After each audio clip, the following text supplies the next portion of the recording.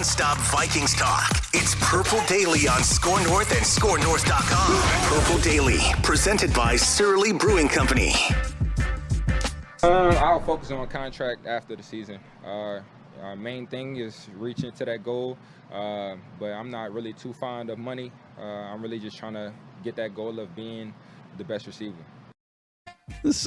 So many great things about that clip, and we're going to get into the not too fond about money comment there on Judd's camp observations, but how great must it be to develop a touchdown dance and have it turned into a logo that you wear on your own head on a hat, you know? Yeah. And sell, right? And have it not even be like vain or weird. It's just like, of course he's got a gritty pose hat on his head. Why wouldn't he? My the girlfriend's baby brother, who's 15 and just a diehard Vikings fan, and who loves JJ more than anything else in the world, wants that sweatshirt more than anything else. And I did a deep dive trying to find it. I have no idea. So if you go see JJ today, please ask him where I can buy that sweatshirt. There was a site where you could actually purchase the merchandise. He has apparently like a Justin Jefferson Shopify account, but it's locked. Like I can't get it. Like it's not completed yet. At least according to Google. I'll ask around for you. Thank you. Let me know. No problem. That'd be great. I'm glad you brought up merchandise shops, because between now and August 2nd, we have a Purple Daily pop-up shop available at scorenorth.com/shop, where you can get your Before I Die official shirts, Purple Daily hats and koozies, and we also have purple and gold Score North themed shirts as well. All items are free shipping. It's a shop for just the continental USA. At some point, we might be able to do something for our international listeners, but orders are going to be taken between now and midnight on August 2nd. So thanks to everyone who's put in an order. We're trying to spread some merchandise love around the Vikings fan community here. We're going to get into Judge training camp observations, but Purple Daily is daily Vikings entertainment. We just want the Vikings to win a Super Bowl before we die here. And the show is presented by our friends at TCL. Redefine creativity with the TCL 30V 5G smartphone, enjoying blazing fast 5G speed and an AI-powered 50-megapixel triple camera system, ultra-realistic and true-to-life visuals powered by Next Vision, and booming sound from dual speakers. Learn more at TCL.com. All right, Judd, you were sitting out there with, I think, 2 different notebooks, I heard. You got your walkthrough notebook. You got your actual practice notebook. And, I got this one. I got this my God, one. you have 2. I got a phone that I take notes in and send decks. Is there a pencil in your hat like Patricia videos at camp? Are you? Is there? No, a I'm pencil not just Ticey. hanging out? Okay, that's Ticey. Okay, Ticey had the great pencil ear thing going during games. A lot of times he used that as his signature move. Well, let's go through do this. however many observations you made yesterday. Let's go through Judd's Vikings training camp observations from day 1 of Camp KOC. Absolutely. So I want to start with the Jefferson soundbite that Dex played and contextualize when he says, quote, "I'm not too fond of money," the takeaway from that quote, which, by the way, will, no question, in about a year be used against him if he has not signed a new contract. But that being said, what I think he's saying, and I'm pretty certain, is this: the money doesn't drive me, but the thought of success and the thought of being put among the greatest, if not the greatest, current wide receiver class in the National Football League does. And so he can say and be telling the truth. Hey, I'm not driven by the dollar, but I am driven by the fact that a year from now, when I show up for training camp, I want to be considered, and I think there's no question about this, he made this clear, he does, the best wide receiver in the league. And if we have seen what is going on in the last few months with receiver contracts, right? That means I don't care about what the financial figures are from a standpoint of I can go buy 18 cars, but he's definitely going to care, and he should, from you are considered the best receiver in the league and therefore have to be paid like that. So don't just interpret that to mean Justin saying, "Oh, I'll come back on the cheap. I don't care." He cares. It's just that he's trying to tell you, I don't care about the actual cash. What I care about is the stature of the fact that I am considered in a year number 1 on a list that has a lot of good wide receivers. Yeah, I think the receiver position is the one that's just skyrocketed the last 5 years in terms of value, and I think there's just more good receivers even being drafted. Just think about all the young stars we've seen from Davante Adams 8 years ago all the way up to the Jeffersons and the Jamar Chases. And for a long time, it was perceived more as a position that the quarterback sort of made, right? It was Brett Favre and Dan Marino and Aaron Rodgers and Tom Brady and Peyton Manning that would make a receiver. Not that Reggie Wayne wasn't talented, or some of the New England wide receivers, the Julian Edelmans and the Wes Welkers of the world, but it was, what would those guys really be? Remember Eric Decker went for a huge season with Peyton Manning back in the day, to whatever year that was, like 2013, and then he goes to the Jets on a 3-year, $20 million contract and is never to be heard from again, right?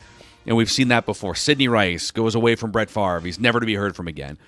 I don't think that's true with these current receivers. So you have to make a tough decision if you're a friend. I get if you're the Packers and you're paying Rodgers $40 million, why you might not want to pay Davante Adams in his late 20s, $30 million. But if you're the Vikings and Kirk Cousins is 34 and his contract's up in a couple years, I'm paying Justin Jefferson. And if it means I have to move off of Kirk for a younger, cheaper quarterback, I'm choosing Jefferson in that situation. And you're probably not going to have room for both. But I have no problem paying Justin Jefferson with how talented he is. I think you have to. I think you absolutely do. He is, yes. When he says, a year from now, want to be the top receiver in this league, there are guys who say things and you're like, no, dude, you know what? You are like, nice thought, but no chance. And he is saying, I want to be considered the elite of a position group that, to what you're talking about, Phil, has a lot of elite talent. And I don't doubt him. Like, I'm not saying, yeah, you'll be lucky to be 5th or 4th. And so I think that if you have to, I don't know, move on from Dalvin Cook, like, you're going to have to do whatever you need to do financially to keep him. I just don't see a way that you can allow a talent that great to escape. Yeah. Like, he's not a good or great, he is a superstar player. And thankfully, because he's not fond of money, it's not going to cost that much anyway, so the Vikings are in great shape. All right. Talking point 2 from training camp. So, as we talked about in the Scoop with Dukes, the Vikings have the opportunity to have 16 padded practices. That's the league caps it at 16. O'Connell, in his introductory press conference, or his first press conference for training camp, said we're going to do 11 days in full pads. So they're going to shave off quite a few days that they could potentially, which has led to the suspicion of how easy is this camp going to be, right? Like, how laid back? Like, are you guys going to do work that requires, off of day one, the thing that impressed me, and I think it's important, the tempo of practice, I would say, was a tempo that I have not experienced on day one of training camp from this team before. Like, Zimmer would go through stuff, and I'm not saying that guys completely slacked, but O'Connell has this team moving, drill to drill to drill, and he's got them going through reps quickly. And I think it's also a mental thing because they're all trying to learn new schemes. And so it's extremely important to catch on. And I think if you sort of lollygag through it, that's not going to help you as much. And so I will say that for all that we're not going to see contact and not see the former toughness that we did in training camps of yesteryear, I do think that the pace being at a high rate is probably a good thing. So I have a dumb question. I'm probably putting way too much weight into the pace of the first training camp practice here, but over the last few years, the Vikings have had some major issues when it comes to like 2-minute, 4-minute defense. I think offense was a little better last year, but there's been times where the offense has been just kind of bad or plotting or not organized in the 2-minute. Defense was historically bad in those situations.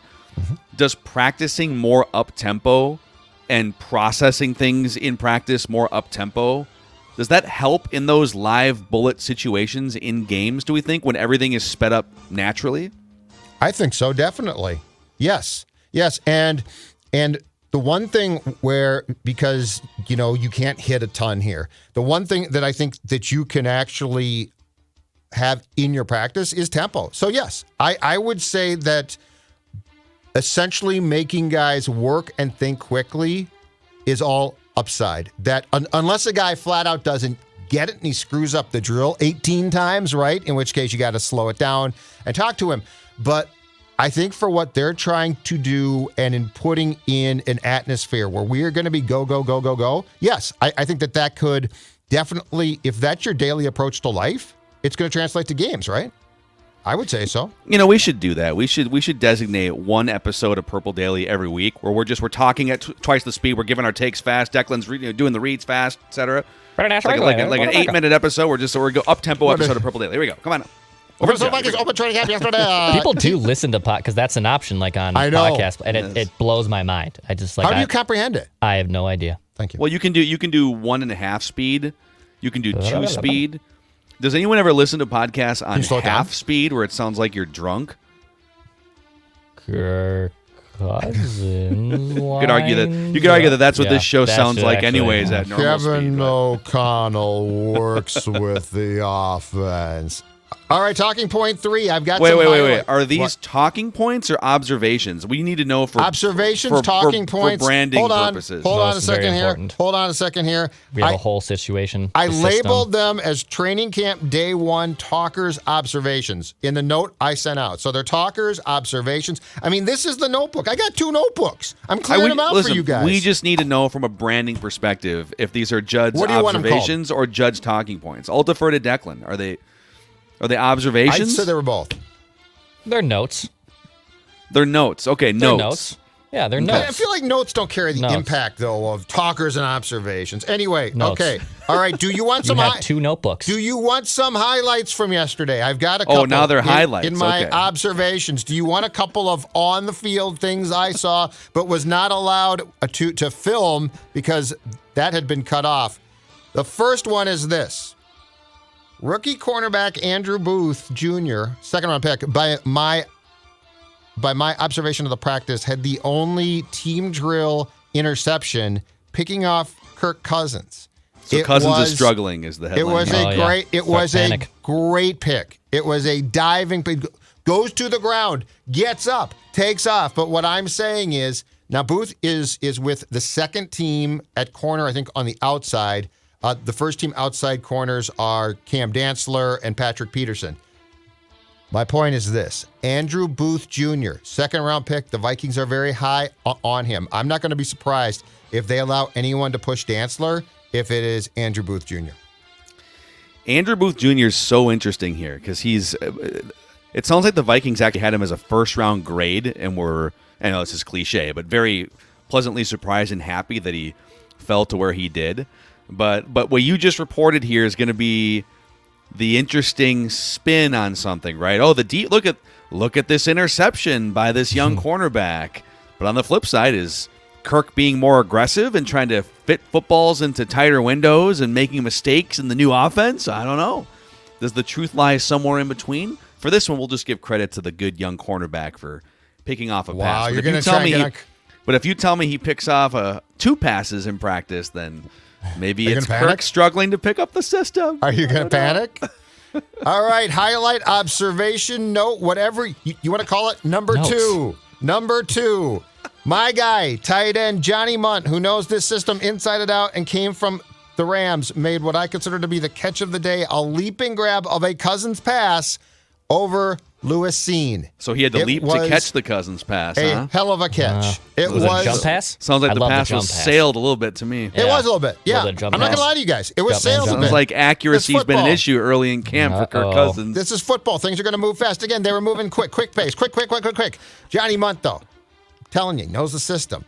I just think he might be a sleeper to make this. So Johnny Mundt, is it possible he has better abilities in the pass catching game than maybe he's been allowed to show in college or the NFL? I'm starting to suspect that. No, I'm starting to suspect that the Rams, and look, the Vikings might do the same exact thing, that they didn't really value him catching passes. I'm going to say this too, though.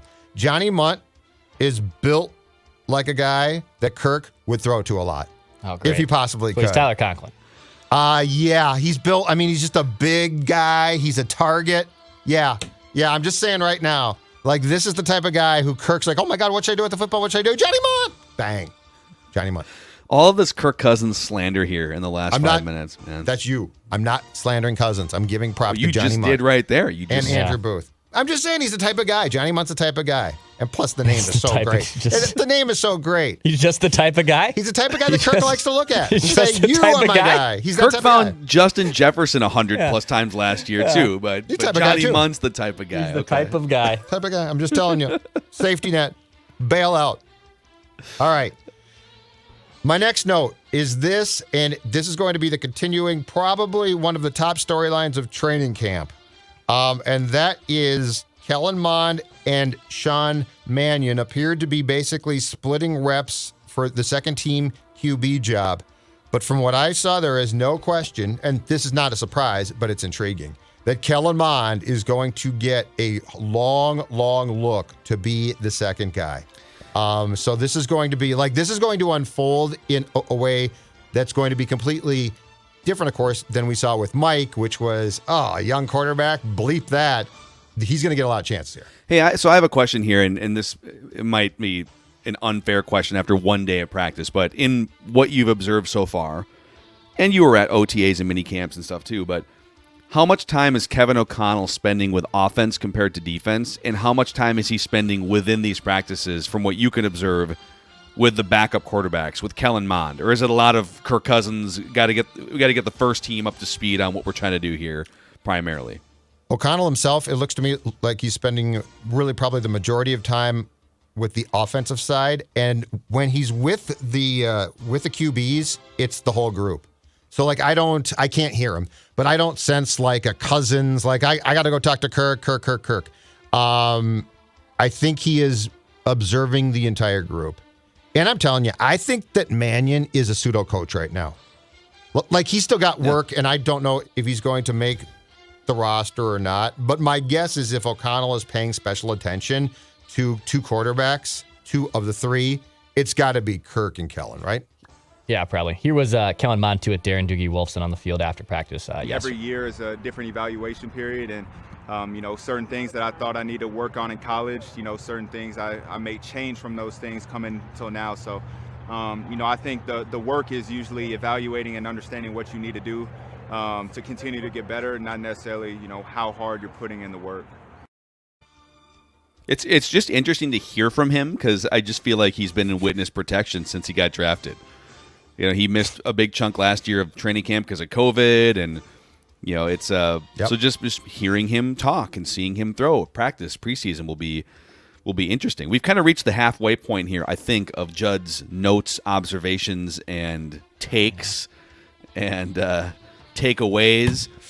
And so let's cheers to the summer of Surly here as we embark on another Vikings training camp. Yeah, so I'm out there at camp, hot day. I mean, gorgeous, but it's a little hot.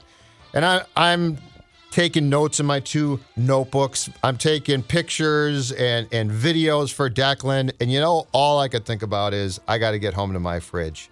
Because in my fridge, the summer of Surly is being celebrated 24 hours a day. And it's got a logic bomb. And a logic bomb, now that is the perfect way to wind down from day one of training camp. Of course, you might say, no, Judd, it's the Supreme. Or how could you go away from the Furious? Whatever you choose. The summer of Surly has you covered. It has you covered like a shut-down corner, only it's delicious. Yeah.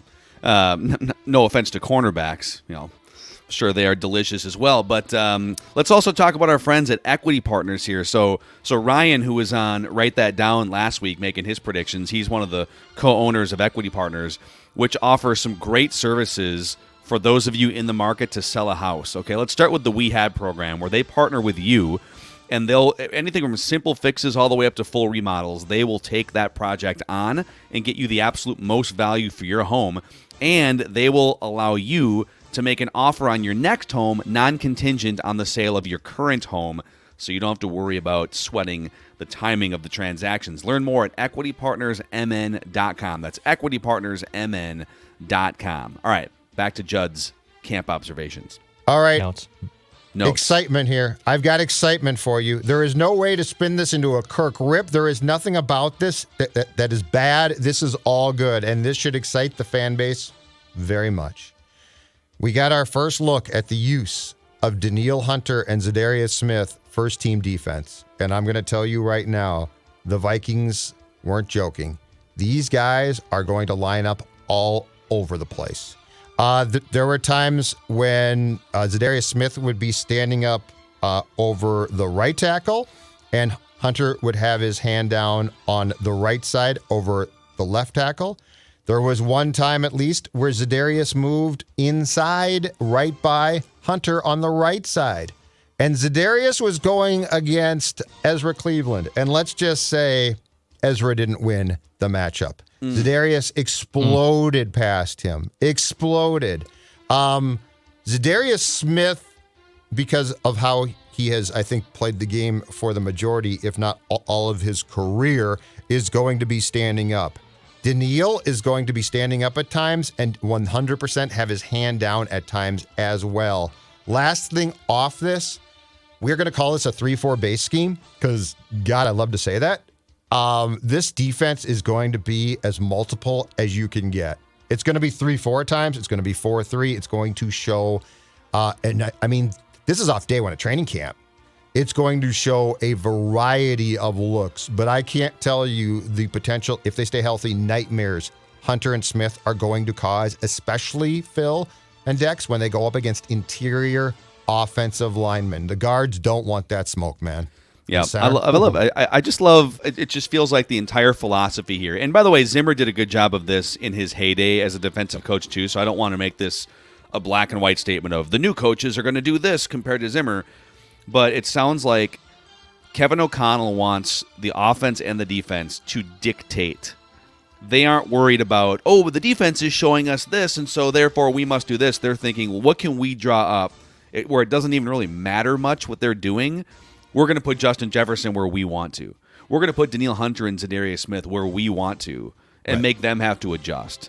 So I sort of love the aggressiveness of the approach schematically on both sides of the ball here. And again, Zimmer with his double A gap blitz and some of the exotic schemes and Hunter did a lot of that too. 100%. And wasn't it the Saints playoff game where he shifted Danielle Hunter and Everson Griffin to the interior in the second half of that game? So there were some innovative things happening there too. But yes, just a lot of interesting and innovative things happening here with what they want to do anyways. We'll see if they can execute it in the actual games in a couple months from now.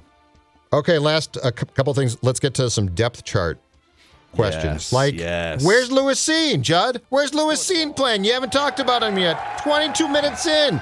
He's their first-round pick. He's with the second-team defense.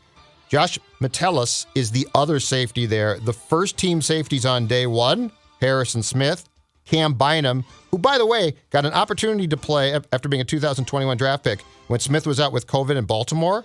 And I think we were all impressed. So right now, at least, it looks like they are going to make Cine beat out Cam. And you know what? In this case, that's not a bad idea because Bynum probably, given what he put on tape last season, deserves a look.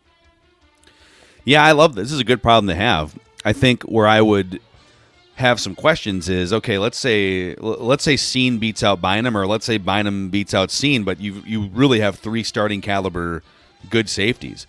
Is there room for three? Not all the time, but is there room for Cam 100%. Bynum to get 30 snaps in a game? Yeah, there is. Okay. The linebackers, dude, are so small you can't tell them from safeties. So there's 1,000%. Yes, that position has evolved to the point now where I think there are safeties that look more intimidating than guys who are on the depth chart at linebacker. So yes, you could definitely go to packages that have Bynum, Cine, and Smith and not be concerned about, oh my God, you're not going to stop, the run potentially or something. All right, the last thing depth chart wise, first team offensive line. First team offensive line is from left to right, Christian Darrisaw, Ezra Cleveland, Garrett Bradbury, running unopposed right now. Unopposed. Jesse Davis is the right guard, Brian O'Neill, the right tackle. The second team line, left to right. Oli Udoh has not only been moved back to tackle, left tackle. Chris Reed, who we thought might compete, and he still might, for the right guard, is the left guard with the second team. Austin Schlottman is the backup center. Ed Ingram, the draft pick, is the right guard, which indicates to me that there is a chance that Ingram is actually going to be the one to compete with Davis for the starting spot at right guard. And then Blake Brandel is the right tackle. And so third team then would include Wyatt Davis probably at right guard, Josh Sokol at center. Yeah, probably. In terms of just like guys that we've talked about that could have an outside chance to make a team. But these are they're probably going to keep 8 or 9 offensive linemen. So Darisaw, Cleveland, Bradbury, Jesse Davis, O'Neal, that's 5. Oli Udoh's probably going to make the team just because he's able to play different positions. Chris Reed's going to make the team. Austin Schlottman, if he's your backup center right now, is going to make the team. That's 8. And then Ed Ingram is probably 9, right? Yeah. Blake Brandel won't. Jesse Davis can play some tackle. He was the starting right tackle for the Dolphins. He was bad. But in terms of, okay, if you're keeping 9, who are your backup tackles? Udoh and Jesse Davis. Who are your backup centers? Schlottman and Reed. Who are your guards? Cleveland, Davis, Ingram, right? So Blake Brandel probably on the outside looking in unless they keep 10 or there's a surprise cut. Yes. And then the question is there room for Chris Reed on the starting offensive line, either at right guard beating out Jesse Davis, or if Bradbury struggles, does he move above Schlottman? So I'm fascinated by this whole thing, even though it's kind of boring offensive line discussion. But no, it's incredibly important. It's the most important unit that the Vikings have yet to fix over years and years. Every day just to watch quarterbacks, running backs. I got that SPF 35 on because I'm watching linemen too. That's extremely important. If you rank these Vikings offensive linemen based on how much does their name sound like an offensive lineman? I think Austin Schlottman's number 1 on the depth George chart. Washington. He's negative 150 on the betting line. I think Ezra Cleveland. There's something about Cleveland just sounds like dirt and mud and blue collar. Well, 'cause it's Cleveland. Darisaw sounds like a gritty name in there. Blake Brandel, I got to be honest, doesn't sound like an offensive lineman. Like a punter. That's Bradbury's problem. Like a punter. That's Bradbury's problem too. Garrett Bradbury sounds like a guy that Blake Brandel lives next door. Hey Garrett, what's up? Hey Garrett. Getting your newspaper? Yeah. I'm going through your notes here, just some things that are left in the bag here. So the punt return spot is wide open right now, and you know how I feel about my guy Thomas Hennigan, who has the most college punt return experience. But it looks like they got KJ Osborne back there trying again after the disastrous 2000. I don't see a need for that, but whatever. Okay. And they also have Jalen Naylor, Albert Wilson, and Emir Smith Marset giving it a chance. Huh? And note that I then put Wilson, Naylor, and Osborne down as doing work post-practice off the Jugs machine as well. You got to want it. Your own patented machine. Jugs Zolgad. Jugs Zolgad. Yep, I sold it to him. It's been great, but you got to want it. And you know what? When you stay out there and you say, hey, equipment guy, feed those footballs into the Jugs machine and let me catch them. Yeah. You want the media and you want coaches to walk by and see that you are still on the field, even if you're not really doing anything meaningful, but you are sitting there on the other end of a Jugs machine, putting extra work in. The one guy who wouldn't leave, and in fact, I think he was the last guy still doing some work with a couple of receivers after practice on Wednesday, Sean Mannion. Good for him. Sean Mannion. That's really what if he's not going to win you a game on the field, then he needs to help win games through elevating guys at practice or in the film room. I think he makes the team. Right? I think he makes the team. Yeah, I think they don't have a fourth quarterback right now, so he's definitely. Yeah. Yep. Here's what I want to know. I just saw us scroll across my Twitter timeline. Sure. Wolves boss Tim Connolly is at Broncos practice today, watching training camp.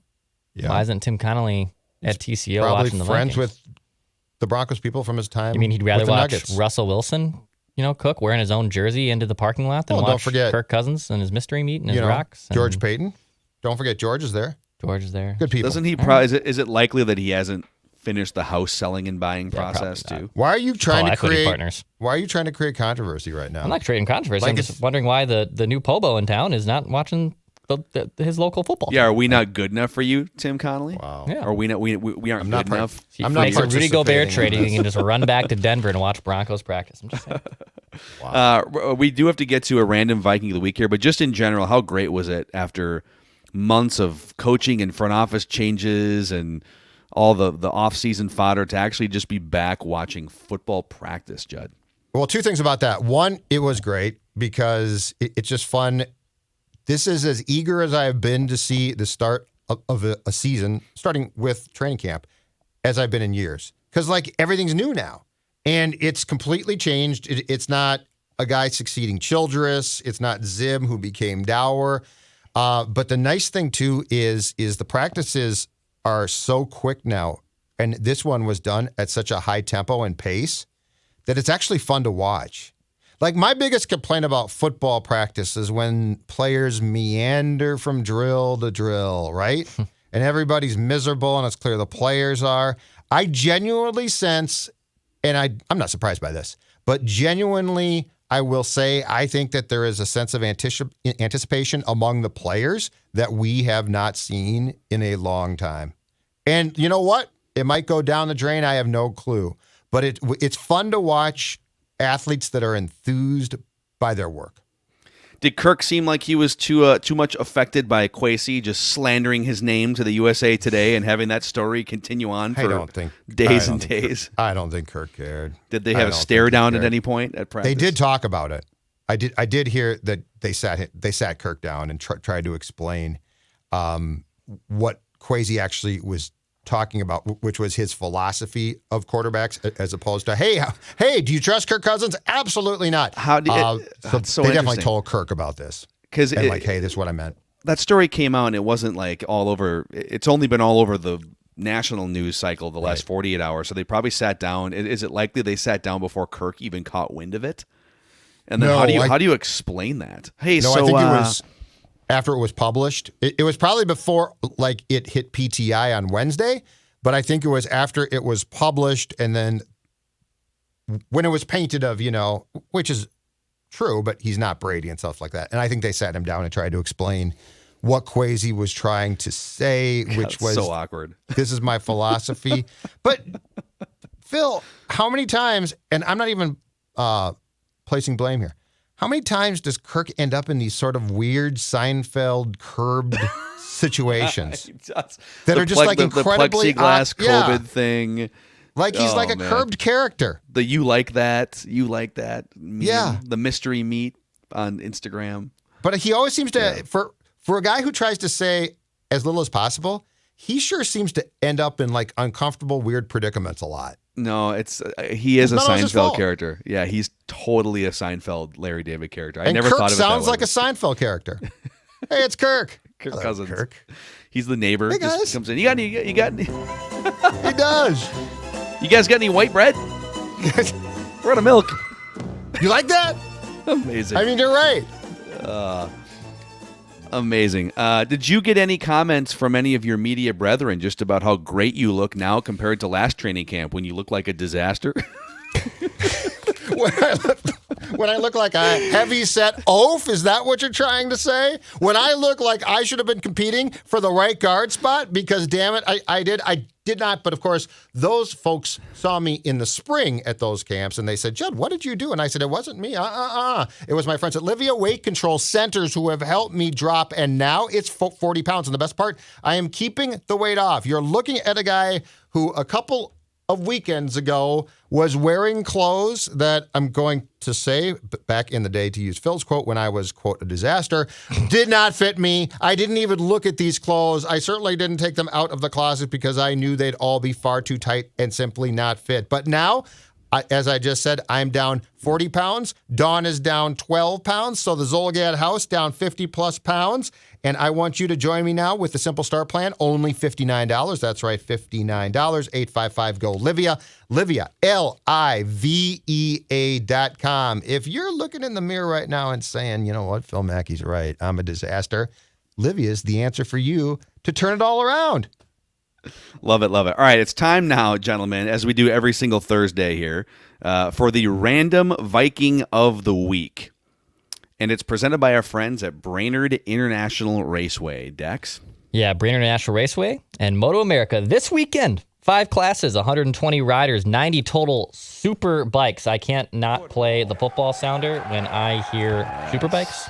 It's going to be an absolute blast. 190 miles per hour with those super bikes. If you want to get up there this weekend, July 28th through the 31st, book your tickets and camping information at BIRMN.com. Brainerd International Raceway in Moto America this weekend. BIRMN.com to check it out.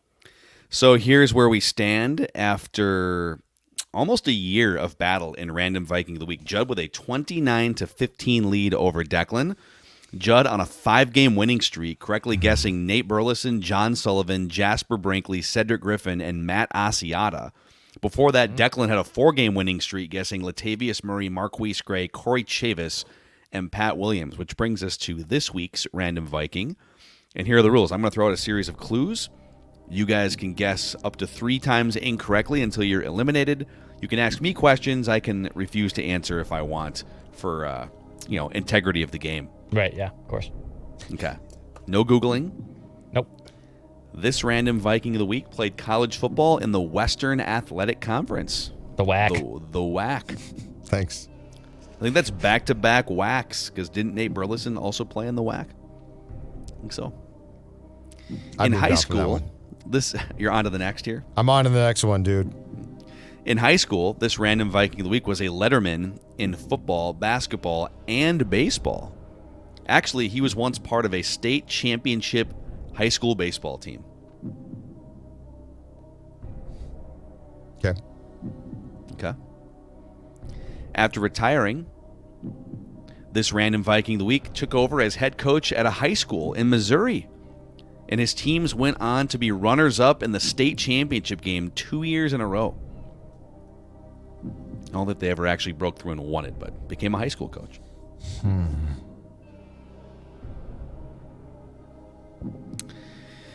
Let's see here. This Random Viking of the Week, as a sophomore in college, also handled punting duties, averaging 35.5 yards per punt. I'm going to take a guess. I think I'm wrong, but the coaching thing fits into what this guy did. I don't know if it was in Missouri, though. I'm going to guess Gus Farrat. Wow, that is correct. Yes, Gus Farrat is he was in Missouri. 100% correct. Oh, wow. Yeah. Yeah. Oh, my God. Gus, my guy. Amazing, dude. That's my guy. Get on the bus, Gus, man. Some of the He other Yeah, I could see it. Some of the other clues here that I was going to throw out there. He was a 7th-round draft pick, a one-time Pro Bowler, played 147 career NFL games, joined a Penn. He was on with us, I think, Radio Row Super Bowl, because he was the vice president of brain health initiatives for a company called RC21X, helping football players.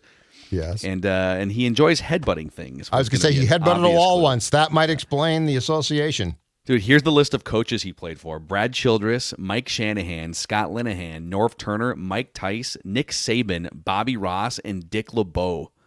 That 1 year he played Two-time in Viking. Cincinnati. Mm-hmm. Two-time Viking. Amazing. So, wow, Judd's reign continues here with his 30th career victory on a random Viking. Do I get something for that? Do I get anything? Yes, you get. I'm glad you brought this up. You get a T-shirt. A Before I Die T-shirt from the Purple Daily pop-up shop at scorenorth.com/shop. But you'll have to pay for it yourself, actually. But you get access to it at scorenorth.com/shop. Open until August 2nd at midnight. All right, that's a wrap on Judd's training camp notes. And he'll have more because you're heading back out to practice. And we'll be doing this every single day. The season is on the horizon here. If you haven't yet, click subscribe on the Purple Daily and Score North YouTube channels. Click subscribe. We'll give you daily Vikings and Minnesota sports, entertainment, and therapy in return. We'll see you guys tomorrow on Purple Daily.